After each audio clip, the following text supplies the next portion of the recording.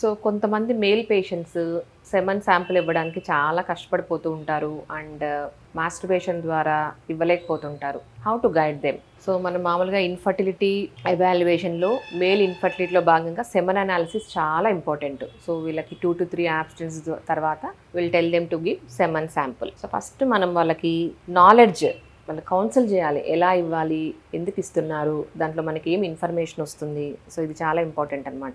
ఎందుకంటే చాలామంది ఈ టెన్షన్ వల్ల వాళ్ళకి ఎలా ఇవ్వాలో తెలియదు, నాలెడ్జ్ ఉండదన్నమాట.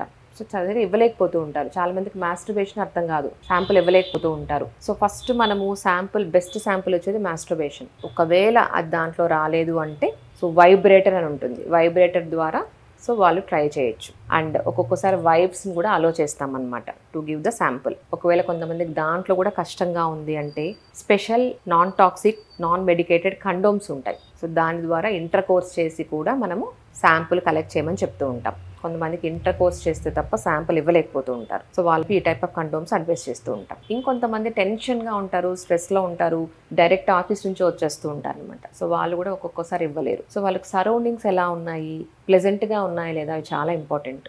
ఇంకొంతమంది హాస్పిటల్లో శాంపుల్ ఇవ్వలేరు. సో అలాంటి వాళ్ళకి హోమ్ కలెక్షన్, అంటే దగ్గరగా వితిన్ 30 minutesలో వచ్చే పని అయితే హోమ్ కలెక్షన్ కూడా మనం అడ్వైస్ చేస్తూ ఉంటాం.